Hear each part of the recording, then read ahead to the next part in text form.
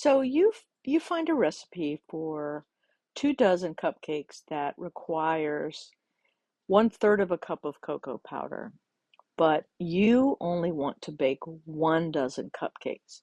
How can you adjust the recipe and measure the correct amount of cocoa powder for your 1 dozen cupcakes?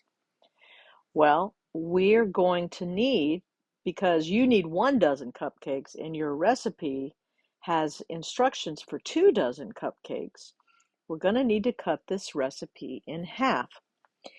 And what a lot of adults would do is they would try to eyeball this.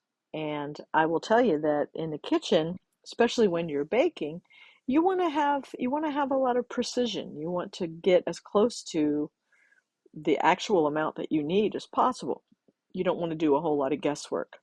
So let's see if we can use math and figure out this actual amount. So first of all, let's model. Let's see if we can show the amount of cocoa powder that we need visually. And I'll go ahead and fill that with red there. So that there is 1/3 of a cup of cocoa powder. Well, how do we cut that in half? It's a problem that we need to figure out. And this is a situation that calls for equivalent fractions.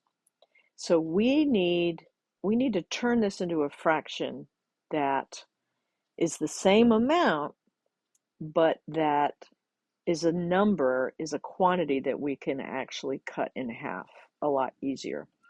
So let's see what we can figure out here. So we are going to we're going to multiply the numerator and the denominator by the same number.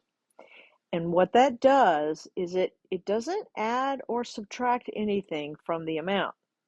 It changes the size of the pieces and it changes the number of pieces, but it does not change the amount.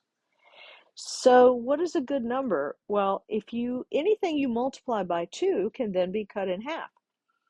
So notice what I'm doing here. I'm going to multiply the numerator and the denominator by 2. And if you recognize this as a fraction with 2 in the numerator and 2 in the denominator, we know that any fraction that has the same number in the numerator and the denominator, that's equal to 1. So we're not changing the amount here. We are coming up with a new look for this fraction, a new quantity, not a new quantity, sorry, just a new look for this fraction. So what's 1 times 2? Well, 1 times 2 is 2. And what's 3 times 2? Well, that's 6.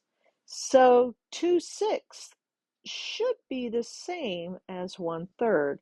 Let's double check that visually and make sure that that is correct. So if we're talking about 6 now, and we need to color in 2 of those, it should end up being the same size as this 1/3. Okay, good. So we have an equivalent fraction now. We have an equivalent fraction now. What we haven't done yet is we haven't cut this in half. So if we have 2 pieces that are 6, in order to cut that in half, we only need to take one of them. So 2/6 cut in half is 1/6. So if we use 1/6 of a cup, we will have the right amount of cocoa powder for 1 dozen cupcakes instead of 2. So that means we are going to remove one of the 2/6 that we got when we came up with the equivalent fraction. So this is a two-step problem. You need to convert the 1/3 to a fraction that can easily be cut in half by using equivalent fractions. Then you need to reason through. If you have a multiple of pieces, how many is half of that? Well, we had two pieces that were six, and we only need one of them for the recipe.